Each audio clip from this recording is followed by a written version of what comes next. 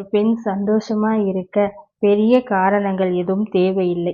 காலையில் கண் விழிக்கும் போது எந்த கவலையும் இல்லாமல் தனக்குத்தானே ஒரு சின்ன புன்னகை செய்ய முடிஞ்சா அதுதான் சந்தோஷம்.